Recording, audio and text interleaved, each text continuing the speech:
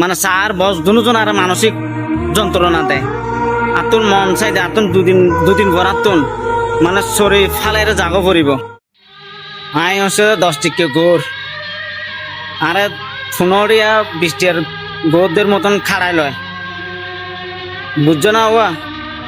মানে দিন শেষে সব জিরো, সারাদিন গাধার মতন পরিশ্রম করে, আর বছর শেষে তো 300 টাকা বেতন বাড়ে যে 300 টাকা, শুধু 300 টাকা, কোনো আবার 500 না 1000 টাকা না 3000 টাকা না, শুধু 300 টাকা বাড়ে দেয়।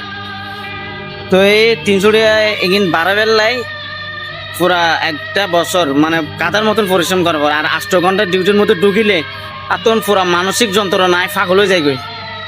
মানে আরে সারও পাগল করি ফেলায়। এদের তো বস আছে, মানে স্যার বস দুজন আর মানসিক যন্ত্রণা দেয়। আর তোর মন চাই দে আতুন দুদিন পর আতুন মানে শরীর ফালাইরে জাগো পড়িব এই অবস্থা, মানে রিজেন লেটারও দিয়ে না পড়িব, এতোর তাই ফালাই যাম গই।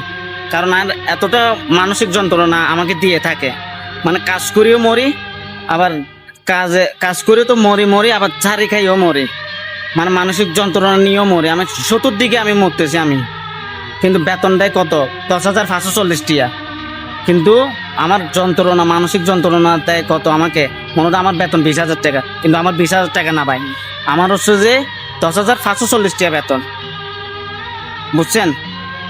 সবাই ভিডিওতে বেশি করে শেয়ার করে দিবেন। আসসালামু আলাইকুম।